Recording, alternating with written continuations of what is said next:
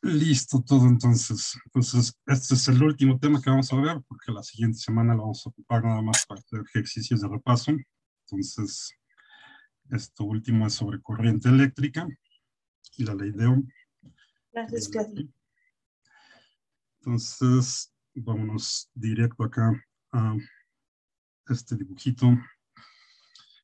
Piensen en esto como si fuera un pedazo de algún conductor, o bueno, de un alambre, por ejemplo, así en grande, lo vemos como aumentado, y vamos a fijarnos nada más en una sección de ese conductor, que está aquí delimitado por estas secciones transversales punteadas.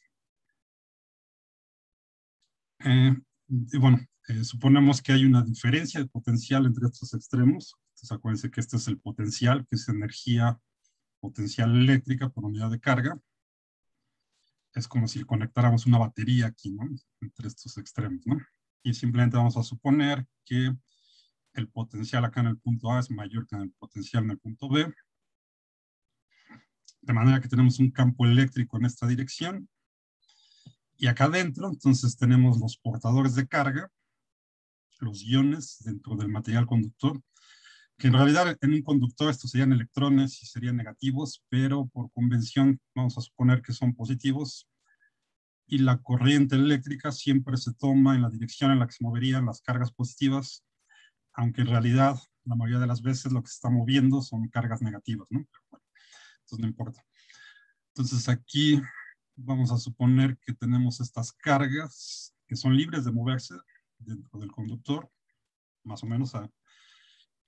Suponemos que no hay muchos choques entre ellas y entre los átomos que constituyen el conductor, entonces tienen libertad de moverse con una cierta velocidad. No todas se van a mover a la misma velocidad, y de hecho ahorita no nos va a importar mucho la dirección. Aquí estamos suponiendo que se mueven para acá. Si son positivas, pues se van a mover en la misma dirección que va el campo eléctrico. Entonces la velocidad acá iría a la derecha. Nada nos va a importar ahorita la rapidez. En principio, pues cada una de estas cargas, que vamos a suponer que todas tienen la misma carga Q positiva, son estas que están aquí, eh, pues todas van a tener rapideces distintas, pero podemos tomar un promedio estadístico de todas esas velocidades, y eso se conoce como velocidad de arrastre. Por eso tiene este sub D, que es de drift en inglés. Entonces esto se le conoce como la velocidad o la rapidez de arrastre, que sería como un promedio entre todas ellas. Entonces suponemos que todas se están moviendo con esta velocidad de arrastre. ¿Ok? Bueno, entonces, aparte de eso, si nos estamos fijando en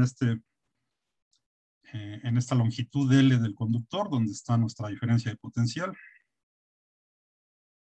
Y entonces esa longitud, por ejemplo, una carga, o sea, lo que quiero es ver cuánta carga pasa por las dos secciones transversales, ¿no? Aquí va a entrar carga bajo esta diferencia de potencial que produce el campo eléctrico, o al revés, como quieran verlo.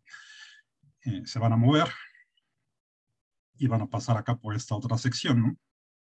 Entonces vamos a tener un flujo de carga, y al final de cuentas eso es lo que va a ser la corriente. Entonces quiero ver nada más cuánta corriente pasa por aquí, digamos.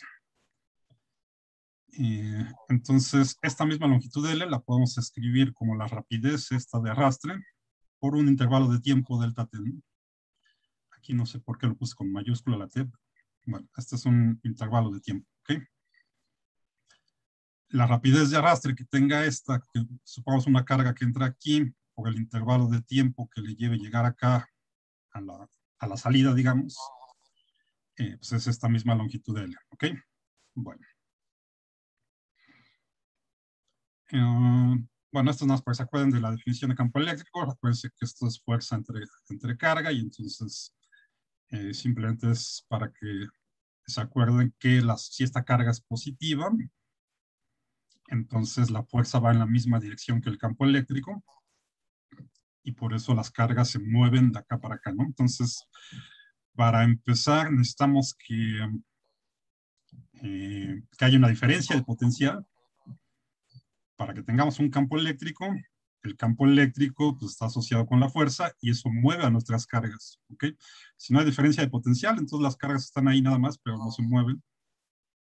Entonces necesitamos la diferencia de potencial para crear la corriente, ¿no?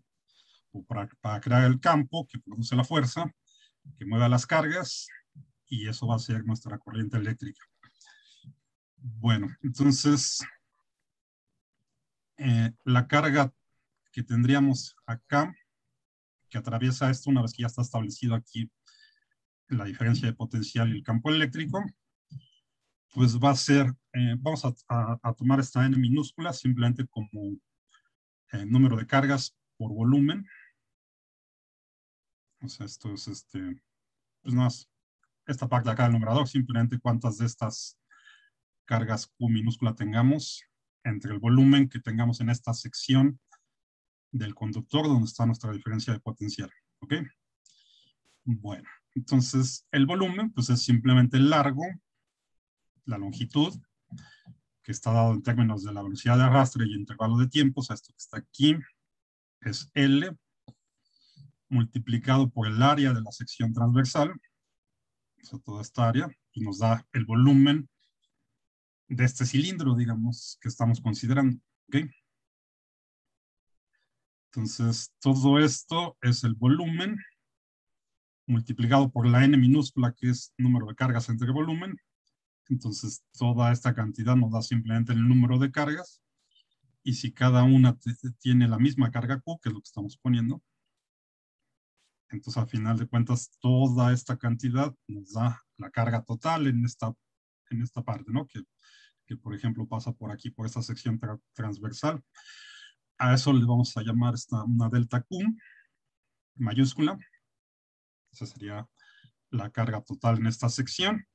Y entonces vamos a definir la corriente eléctrica, que en este caso sería la corriente eléctrica promedio, simplemente como esta carga delta Q entre el intervalo de tiempo que le lleva a una de estas carguitas recorrer esta distancia L donde está la diferencia de potencial. ¿Okay? Entonces lo ponemos como delta Q entre delta T y eso es la corriente eléctrica, así de fácil, en este caso es promedio, ¿no? O sea, simplemente una corriente eléctrica pues es carga entre tiempo. ¿Ok? Y en términos de estas cantidades, pues entonces esta delta Q la dividimos entre delta T, que está acá, pues nada, nos queda N, Q pequeña, la velocidad de arrastre, y el área de la sección transversal de nuestro conductor. ¿Ok? Esa sería la corriente promedio en toda esta sección del conductor donde está nuestra diferencia de potencial. Y siguiendo el procedimiento de siempre, de tomar un intervalo de tiempo que tienda a cero y sacar el límite, de acá podemos obtener la corriente instantánea simplemente con la derivada. ¿Ok?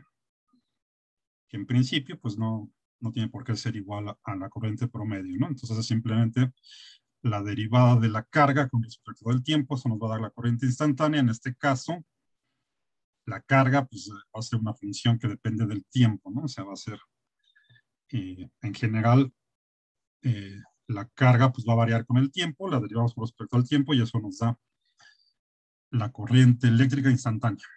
Y ya, así de fácil. Las unidades de la corriente eléctrica en el sistema internacional es el ampere, es una unidad compuesta que es simplemente coulomb entre segundo, ¿no? Porque es carga, unidades de carga entre unidades de tiempo. Ya sabemos que las unidades de carga del sistema internacional pues es el coulomb y las unidades de tiempo pues es el segundo. Entonces un coulomb entre segundo le llamamos un ampere. Y en cuanto a las unidades, ¿se acuerdan que alguna vez les dije que la carga eléctrica, aunque es fundamental, sus unidades en realidad se definen en términos de la corriente? Como es más fácil medir una corriente, el coulomb se define como un ampere por segundo. O sea, si el segundo lo pasamos multiplicando acá, es otra forma de definir el coulomb. Una vez que ya sabemos lo que es la corriente, entonces podemos definirlo como un ampere por segundo. ¿Ok? Bueno, eso es nada más en cuanto a las unidades. Bueno, entonces, esto de aquí es nada más para relacionar, bueno, de aquí vamos a llegar a la ley de Ohm, pero es en principio para relacionar el campo eléctrico con el potencial. Acuérdense de la relación entre la fuerza y la energía potencial. Para las fuerzas conservativas, ya vimos varias veces que una característica es que la fuerza se puede obtener como menos la derivada de la energía potencial con respecto a la posición, ¿no? Acuérdense que en general la energía potencial es una función que depende de la posición. Con esta derivada, con el signo menos, nos da la fuerza. En el caso de la fuerza eléctrica, de la fuerza de Coulomb, dividimos esta expresión entre la carga de ambos lados. Aquí estamos suponiendo que esta carga no depende de la posición. Podría depender del tiempo, obviamente, pero no de la posición. Entonces lo metemos dentro de la derivada. Y acá tenemos la energía potencial eléctrica entre la carga. Acuérdense que esto lo definimos como el potencial o el voltaje, ¿no? Bueno, acuérdense que las diferencias de potencial es lo que llamamos voltaje. Entonces nos queda esta derivada y acuérdense que F entre Q es simplemente la magnitud del campo eléctrico. Entonces tenemos esta relación que sería como el análogo de esta, pero en vez de fuerza ahora tenemos campo eléctrico, en vez de energía potencial ahora tenemos el potencial eléctrico, ¿no? Pero es la misma relación. El campo eléctrico lo podemos escribir como menos la derivada del potencial con respecto de la posición. Bueno, ahorita vamos a ocupar esto otra vez. Vámonos a, si regresamos a la corriente, podemos definir una densidad de corriente como corriente entre áreas, simplemente, donde esta área pues, es el área de la sección transversal del conductor que estemos considerando. ¿Okay? Igual que esta, en principio la podemos tomar como esta misma área, ¿no? O sea, a eso nos referimos con corriente entre área, y eso le llamamos densidad de corriente simplemente. En realidad, esta densidad de corriente es un vector. Por cierto, la corriente eléctrica, esa sí es un escalar. Pero la densidad de corriente es un vector, la podemos asociar. En magnitud sería esta. Simplemente de nuestra definición que teníamos acá de corriente. Esta de aquí, de la promedio, aquí no importa.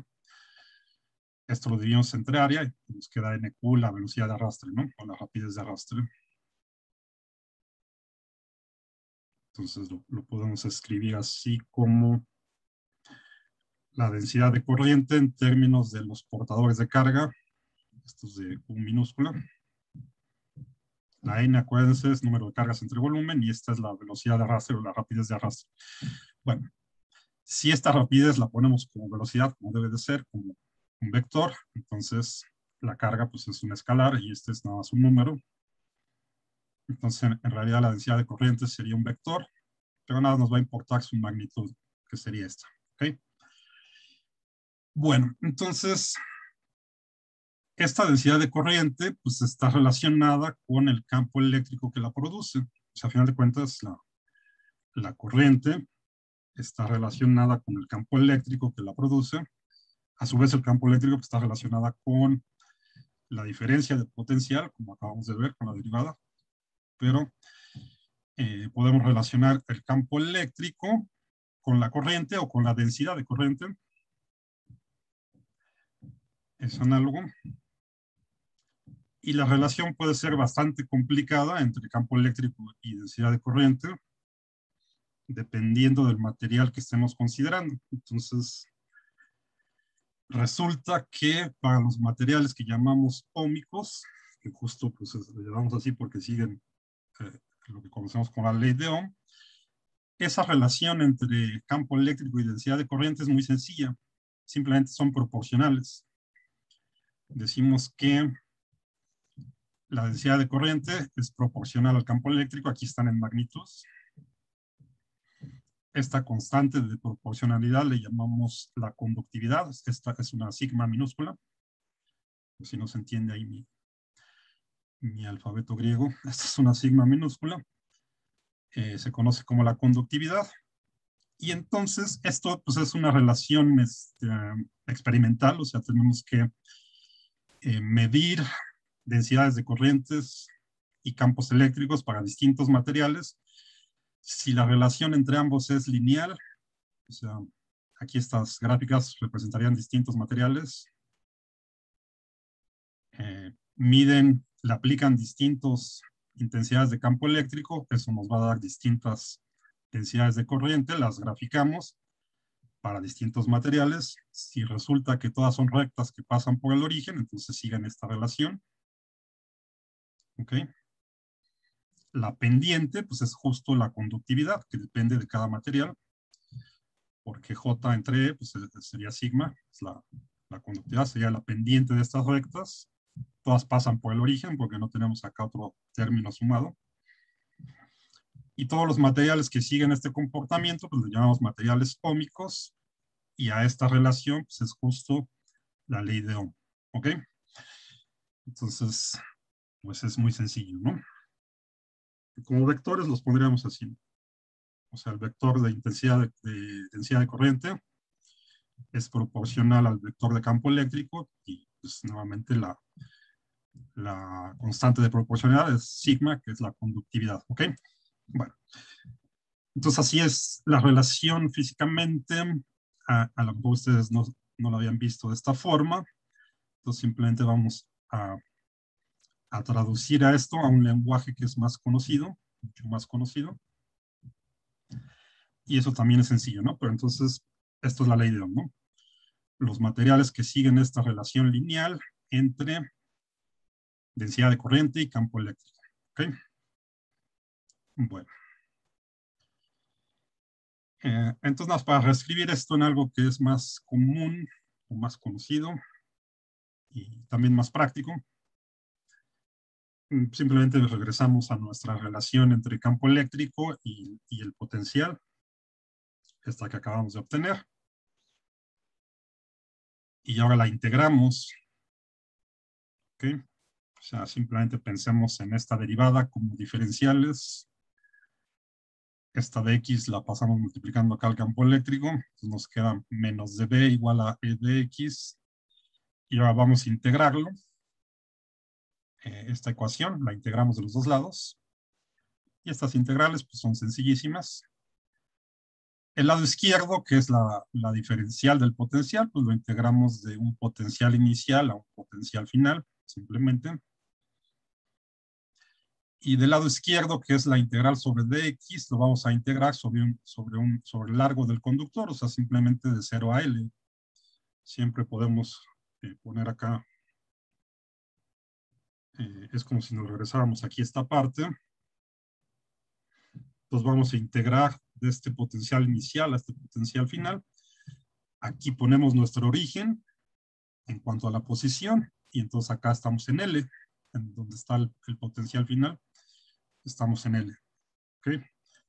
Eso es simplemente lo que estamos haciendo. Y otra cosa, vamos a suponer que este campo eléctrico es constante, como de hecho lo sería aquí en este caso. Y entonces estas integrales son facilísimas, ¿no? De acá del lado izquierdo, la integral de dB pues nos queda simplemente b evaluado en los extremos. Entonces eso nos da el potencial en B menos el potencial en A, con este menos que ya estaba ahí, nos queda esto, ¿no? Del lado derecho sacamos el campo eléctrico porque es constante y nos queda simplemente la integral de dx, que es x evaluado de 0 a L, pues nos da simplemente L. ¿Ok? Bueno, acuérdense que habíamos puesto que el potencial en A era mayor que el potencial en B, entonces en realidad esta diferencia que está aquí es negativa, pero con este menos que está acá afuera, entonces todo esto es positivo. Aquí nos queda una cantidad positiva que a final de cuentas sigue siendo una diferencia de potencial.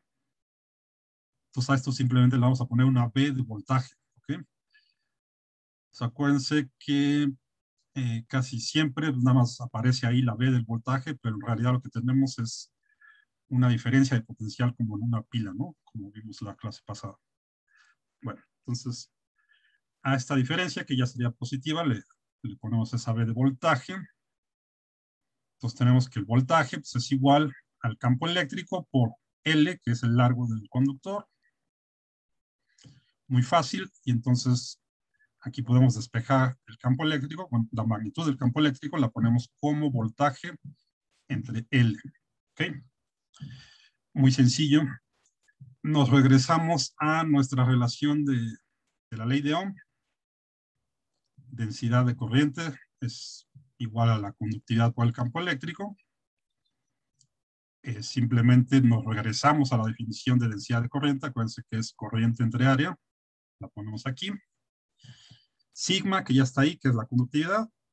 Y la magnitud del campo eléctrico, utilizamos esta que acabamos de encontrar, voltaje entre L. Y nos queda así, ¿no? Entonces, esto es lo mismo que esto que teníamos acá, que era la ley de Ohm. Y aquí simplemente lo reacomodamos. Vamos a poner voltaje entre corriente. Entonces, esta ahí la pasamos dividiendo al voltaje, es esto que está aquí. La L pasa multiplicando, entonces nos queda L entre A, que es esto que está aquí. Y sigma la pasamos dividiendo, entonces nos queda acá. ¿Ok? Todo esto es constante, o sea, acá estamos suponiendo que este es el largo del conductor, eso no cambia, no lo vamos a cambiar. La sección transversal tampoco cambia, obviamente, o sea, tenemos un conductor que es del mismo grueso, digamos, tiene la misma área de sección transversal, y esta sigma, pues es una constante, es la conductividad, aunque aquí tenemos el inverso. Todo esto es una constante, entonces, y a esta constante es justo lo que llamamos la resistencia del conductor. ¿Ok? Entonces, definimos resistencia como 1 entre sigma por L entre A. Esto obviamente es una característica de cada conductor, depende del largo, depende del grueso y depende de este valor experimental de la conductividad. Aquí como aparece 1 entre sigma, entonces también se acostumbra a esto darle un nombre. Acuérdense que sigma es la conductividad, entonces al inverso de la conductividad le llamamos la resistividad y se denota con la letra ρ. ¿Ok? Entonces simplemente el inverso de la conductividad le llamamos resistividad. Entonces esto mismo simplemente lo escribimos así, es exactamente lo mismo, solo escrito acá en términos de la resistividad. Todo esto sigue siendo una constante que llamamos la resistencia del conductor, y así es como se conoce comúnmente la ley de Ohm, ¿no? Entonces pasan multiplicando la corriente acá y nos queda que voltaje es igual a resistencia por corriente. ¿Ok? La ley de Ohm, como les enseñan desde la prepa o la secundaria, no sé, ¿no? Esta es la forma conocida. Todo esto pues viene de acá, de campo eléctrico y demás, como acabamos de ver. Pero es totalmente equivalente, ¿no? Bueno. Y la resistencia, pues como les digo, depende pues, de cada material. Cada material va a tener una distinta resistividad. Depende de qué tan largo sea nuestro conductor y depende de qué tan grueso sea, ¿no? Del área de la sección transversal. Bueno. Y hasta entonces, y por cierto, aquí creo que no se los puse, pero la resistencia en el sistema internacional, bueno, se lo voy a poner aquí, esa se mide en ohms. Entonces, toda esta combinación, pues, simplemente la vamos a llamar la resistencia. Y esto está muy feo.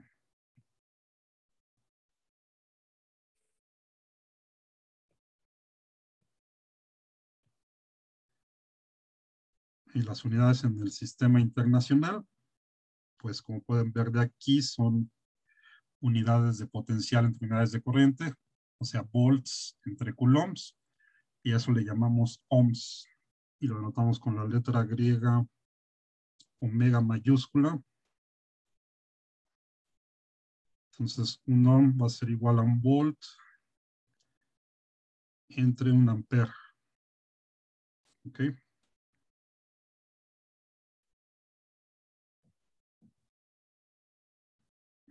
Se miden entonces en ohms. Y ahí está. Bueno.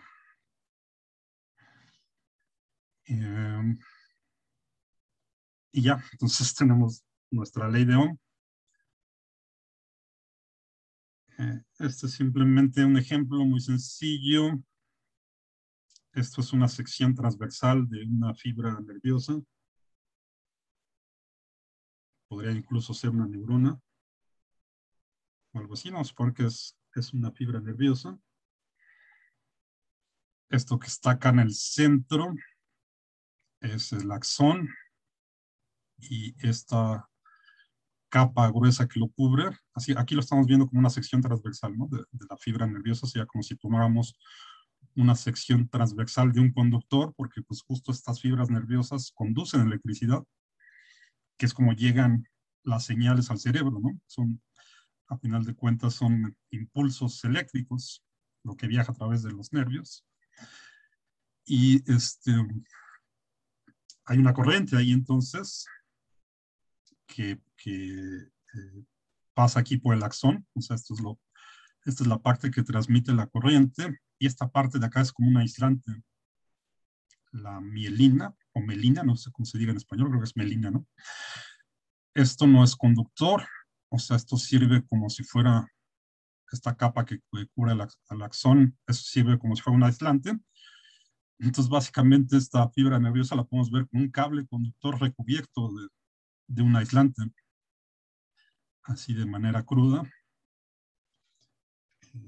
Funcionaría de esa forma, y justo lo que hace acá la melina es, al servir como aislante, permite que la señal eléctrica pues viaje más eficientemente, ¿no? Viaja muy rápido, no viaja a la velocidad de la luz en el vacío, pero sí muy rápido. Creo que alguna vez les puse un ejercicio donde calculaban el tiempo que llevaría llegar la señal al cerebro si, por ejemplo, se lastiman un pie, cuánto tiempo tarda en llegar al cerebro, ¿no? Nos parece instantáneo, o sea, por ejemplo, si nos golpeamos el pie, pues casi instantáneamente sentimos dolor, pero obviamente no es instantáneo, ¿no? La señal viaja del pie al cerebro, viaja muy rápido, lo podemos calcular, y creo que alguna vez se los puse en la tarea, no me acuerdo, pero chequenlo. Y así llegan los impulsos nerviosos, ¿no? Que al final de cuentas pues, son señales eléctricas que viajan acá en las fibras nerviosas. Bueno, entonces sería un ejemplo de un conductor acá biológico, ¿no? Ok. Y otro ejemplo que quiero ver es este de la electroforesis, siempre lo pronuncio mal. No sé por qué me aferro a decirle electroferesis, pero es electroforesis, ¿no? Creo, si es que está bien acá. El electroforesis es una técnica que van a utilizar mucho. En algún momento la van a hacer en un laboratorio real. Eh, Ahorita por lo pronto pues lo vamos a ver aquí. Y ahorita van a hacer una práctica de electroforesis virtual, ¿no? Justo ahorita. Creo que si nos da tiempo, entonces nada, vamos a ver aquí esto rápido. ¿Qué es esto de electroforesis? Es simplemente, tienen acá una cuba donde ponen un gel y acá estos pocitos, aquí depositan sus muestras de macromoléculas o de ADN, acá en los pozos, conectan los extremos de la cuba de electroforesis a una diferencia de potencial justamente, o sea, le ponemos acá una batería a final de cuentas, entonces este sería el polo positivo y el negro el polo negativo. Sí, así como está aquí, el rojo sería el polo positivo y el negro el polo negativo, están conectados aquí a una fuente de, de potencial, o sea, simplemente están a distinto potencial, y lo que hacemos entonces es tener una diferencia de potencial, es decir, hay un voltaje entre estos puntos, entre los extremos de la cuba de electroforesis. Simplemente tenemos aquí un voltaje. Las muestras que ponen aquí se desnaturalizan, se les quita, eso no lo sé así con mucha precisión, pero sí, sí les puedo decir que, o sea, no sé bien qué solución se les pone, pero el punto es que se les tiene que quitar la estructura secundaria para que tengan así puras hélices y además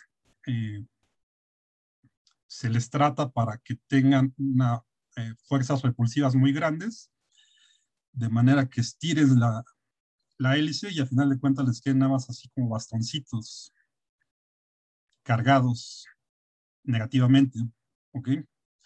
Estas son las muestras que ponen, que suponemos que todas las que estén en una de estas pues van a tener la misma longitud, la misma sección transversal, entonces las juntan todas y eso les daría una banda. Entonces van a tener distintas bandas aquí con distinta masa molar y el objetivo de esto es ver cuáles son las más pesadas y las más ligeras, ¿no? Bueno, entonces básicamente sus muestras son bastoncitos cargados, es lo que ponen acá, cargados negativamente, entonces bajo el potencial, bajo la diferencia de potencial, pues se va a crear un campo eléctrico que va a producir una fuerza y entonces va a mover esas muestras del polo negativo al positivo, ¿no? Están cargadas negativamente, entonces van a ser repelidas de esta parte de acá, atraídas hacia la parte positiva bajo la acción del campo eléctrico producido justo por la diferencia de potencial. Entonces, el diseño experimental de la electroforesis es un circuito eléctrico simple, una batería conectada a una resistencia por la cual circula una corriente eléctrica. ¿Ok? Así de sencillo. Aparte de las muestras que tienen aquí, pues también pueden tener acá iones cargados. O sea, la corriente eléctrica no es nada más debido a estas cosas, a sus muestras de ADN, sino a toda la combinación de iones que tengamos acá, ¿no? Pero esto es un circuito eléctrico, a final de cuentas, básico, ¿no? De los más sencillos, porque nada más tenemos un voltaje, una resistencia y una corriente, ¿no? Bueno, inicialmente, pues el campo eléctrico va a producir la fuerza y va a acelerar acá las muestras, ¿no? Solo que no se van a mover con aceleración todo el tiempo porque aquí tenemos resistencia. Entonces, no vimos las fuerzas de fricción, pero es sencillo entenderlas así, aunque sea conceptualmente. Piensen en una persona que se avienta de un avión en paracaídas. Inicialmente se deja caer y nada más está actuando la fuerza de gravedad. Entonces, en el vacío, pues caería, y si no abre el paracaídas, en el vacío caería siempre con la misma aceleración constante, ¿no? A la aceleración g de 9.8 metros por segundo al cuadrado, pero en realidad como está cayendo en el aire, la fricción con el aire produce una fuerza que va en sentido contrario al movimiento y que rápidamente equilibra la fuerza de gravedad. Entonces, la persona, el paracaidista, no cae con aceleración constante, sino que rápidamente alcanza lo que se conoce como la velocidad terminal. O sea, ya no cae aceleradamente, sino que cae con velocidad constante, porque la fuerza de fricción del aire justo cancela la fuerza de gravedad. O sea, si la persona está cayendo, pues la fuerza de fricción va hacia arriba, la fuerza de gravedad va hacia abajo, esas se equilibran y entonces la aceleración es cero, como vimos, cae a velocidad constante, ¿no? Entonces acá pasa algo similar. Acá hay una fuerza de fricción, justo porque estas se están moviendo en un medio, ¿no? Los bastoncitos de ADN se están moviendo en el gel, no están en el vacío, y entonces inicialmente se mueven bajo la acción de la fuerza, pero rápidamente la fuerza de fricción, que en este caso tiene esta forma, es proporcional a la velocidad con la que se estén moviendo, y este coeficiente de proporcionalidad le llamamos simplemente el coeficiente de fricción, ¿no? Entonces, la fuerza de fricción en este caso la podemos poner como proporcional a la velocidad, ¿no? Mu por V, esta V aquí es de velocidad, este no es voltaje. Y entonces rápidamente, aunque inicialmente se mueven con aceleración bajo la fuerza eléctrica, y rápidamente alcanzan una velocidad terminal. Entonces, la fuerza eléctrica es equilibrada por esta fuerza de fricción. La fuerza eléctrica iría para acá, en la dirección del campo eléctrico, del polo negativo al positivo, y la fuerza de fricción pues, iría en sentido opuesto. Las fuerzas de fricción siempre son opuestas al movimiento, entonces esta le ponemos acá un menos y tendríamos aceleración cero. ¿Ok? Entonces aquí estaríamos ya en equilibrio, que sería un equilibrio dinámico, o sea, no está en reposo, sino que está moviendo con rapidez constante, con velocidad constante. Podemos despejar la velocidad esta, que sería la velocidad terminal en este caso. La despejamos de aquí, nos queda simplemente así, ¿no? Donde está Q, pues es la carga que tengan sus muestras, E es el campo eléctrico producido por la diferencia de potencial, y mu es el coeficiente de fricción que depende del gel que tengan aquí. ¿Okay? Cada gel, por lo general se utiliza gel de agarosa, entonces tiene cada material que pongan aquí, pues tiene su coeficiente de fricción, ¿no? Pero, entonces acá tenemos, esto nos daría la rapidez terminal o la magnitud de la velocidad terminal con la que se mueven las muestras. Bueno. Y de aquí pueden definir esta cosa que se conoce como movilidad electroforética, que le llaman U también, no lo confundan con el potencial eléctrico. Esto también, pues por alguna razón también le ponen U. Se define simplemente como el voltaje entre la magnitud del campo eléctrico. Y entonces de acá, si el campo eléctrico lo pasamos aquí dividiendo, entonces también lo podemos expresar en términos de la carga de sus muestras entre el coeficiente de fricción del gel que tengan aquí. A eso le llamamos la movilidad electroforética.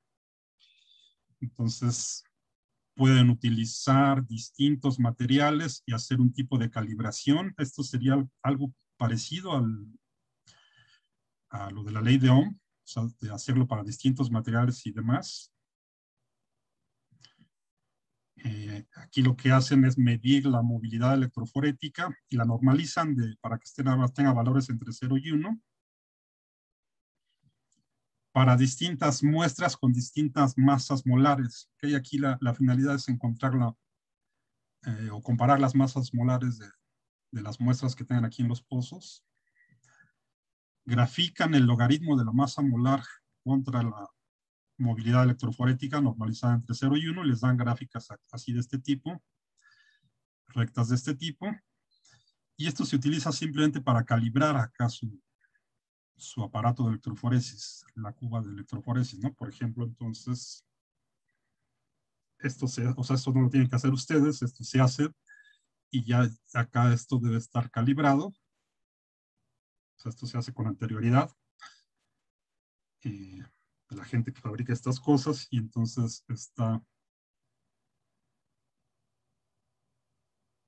tienen esta caja de electroforesis calibrada, o sea, a esto se les llaman canales también. Por ejemplo, aquí tenemos 4 canales donde pondrían 4 muestras distintas y este es el canal de referencia donde ya está calibrada cada rayita para la masa molar. Aquí está, por lo general está en términos de pares base, ¿no? Entonces, ¿qué va a suceder? Las que tengan masa mayor, pues no van a llegar tan lejos que las que tengan masa menor, ¿ok? O dicho de otra forma, las que sean más grandes, pues van a alcanzar su velocidad terminal antes y se van a quedar por acá. Y las que sean más pequeñitas, entonces van a alcanzar su velocidad terminal un poco después y van a llegar más lejos. Entonces, a sus muestras pues les ponen ahí un tinte, un marcador, que se vería así más o menos. Y comparando acá con el canal de calibración, pues pueden tener una idea del tamaño de cada muestra, ¿no? Entonces, por ejemplo, aquí esta sería la más grande, diríamos la más pesada, aunque pues que el peso no es exactamente la masa. Diríamos que esta sería la más grande. Esta sería la más pequeña. Estas de acá pues, tienen un valor intermedio. Esta, por ejemplo, pues, sería del orden de 500 pares base y así, ¿no? Entonces, si tienen acá su su canal de calibración, pues pueden ver. Entonces, pueden tener una idea de cuál de sus muestras es la más grande o la más pequeña, ¿ok? Bueno, entonces esta es una aplicación sencilla de un circuito eléctrico, de una técnica que pues van a utilizar bastante, ¿no? Y la última, que tiene que ver con esta no es una aplicación tal cual, sino es otra forma donde podemos encontrar un circuito biológico, o sea, una diferencia potencial, es justo en la membrana intracelular. Más bien en la membrana de una célula, en la parte interior y exterior. O sea, acá esto sería la bicapa de la membrana de una célula. Esta parte de acá a la derecha es la parte dentro de la célula, o sea, la parte intracelular. Y esta parte de la izquierda, pues es la parte fuera de la célula, que es la parte extracelular. Y tenemos ahí muchos iones. La membrana de la célula es permeable a distintos tipos de iones. Acá están los principales, que serían, por ejemplo, el potasio, que están acá en morado. Estos son iones de potasio. Acá afuera tendríamos iones de sodio. Los iones de potasio son positivos, estos iones de sodio positivos, y iones de cloro negativos. ¿Ok? Entonces, la membrana celular, pues bajo distintas condiciones, y eso es permeable a distintos tipos de iones, y a eso les llamamos los canales. O sea, tenemos un canal de potasio, un canal de sodio, un canal de cloro, que producen gradientes. Por ejemplo, acá dentro de la célula, pues tendríamos en principio estos iones de potasio, ¿no? Los iones de potasio pasan por el canal de potasio y salen de la célula, y al salir de la célula, entonces dejan atrás cargas negativas sin su pareja, ¿no? O sin aparear. Eso produce aquí en la parte de la bicapa de la membrana celular, pues un arreglo de cargas negativas. Esas cargas negativas atraen a las cargas positivas de sodio, por ejemplo, que estén acá fuera de la célula, y entonces acá se va a crear, vamos a tener acá una capa de iones positivos, y de este lado, dentro de la célula, una capa de iones negativos. Y eso es, a final de cuentas, como si tuviéramos un voltaje, o sea, eso va a crear una diferencia de potencial. Y vamos a tener acá una corriente, ¿ok? Bueno, a esta diferencia de potencial creada por los distintos gradientes de concentración de los iones, que es lo que llamamos aquí, es lo que se conoce como el potencial de membrana, ¿ok? Que en realidad es debido a varios, no nada más a uno. O sea, por ejemplo, acá, esto nos indica que el gradiente del potasio va dentro de la célula hacia afuera, o sea, el canal de potasio va en esta dirección, los iones de potasio van de adentro hacia afuera, el gradiente de concentración de los iones de sodio es de afuera hacia adentro. O sea, inicialmente habría más acá, y esto es el canal de sodio, entonces va hacia adentro de la célula, lo mismo que el canal de cloro. ¿Okay? Todos esos es como si fueran distintas diferencias de potenciales, y entonces podemos pensar en un voltaje neto. Y a final de cuentas, todo esto lo podemos modelar como un circuito simple también, no tan simple como el de la electroforesis, pero también es simple. O sea, aquí tendríamos la diferencia de potencial neto, el voltaje neto. Este es el símbolo en circuitos para las baterías o para los voltajes. Entonces, aquí estamos suponiendo que ya estamos tomando en cuenta todos los gradientes de concentración iónicos. Tenemos una resistencia, el símbolo de la resistencia es esta línea quebrada en circuitos. Esta flecha aquí simplemente indica que la resistencia es variable. Pues aquí va a estar cambiando la resistencia según la concentración de iones que tengamos. No tenemos una resistencia fija como en un conductor. Aquí la resistencia es variable. Eso es lo que indica esa flechita. Y este símbolo de aquí es simplemente un símbolo de un condensador. En circuitos eléctricos esto se presenta un condensador. Un condensador es simplemente un dispositivo que almacena carga, que es justo lo que pasa aquí también en la bicapa de la membrana celular. O sea, esto lo podemos ver como un almacenador de carga, donde de este lado vamos a tener, o al menos aquí en este ejemplo, pues carga positiva y de este lado carga negativa. O sea, esto artificialmente, esto sería como dos placas metálicas conductoras, donde hacemos que de este lado le quitamos electrones y de este lado quede cargado positivamente, y de este lado le metemos electrones, queda cargado negativamente, ¿no? Este sería como el equivalente biológico de un condensador. Entonces, podemos ver así este circuito sencillo que describe acá el potencial de membrana, ¿ok? Bueno, y se acabó. Entonces, esto es todo lo que les quería mencionar ahorita. Voy a detener aquí la grabación, porque ahorita quiero que nos queda tiempo. Van a hacer un experimento sencillo de electroforesis, ¿no? Entonces, esto vamos a dejarlo aquí.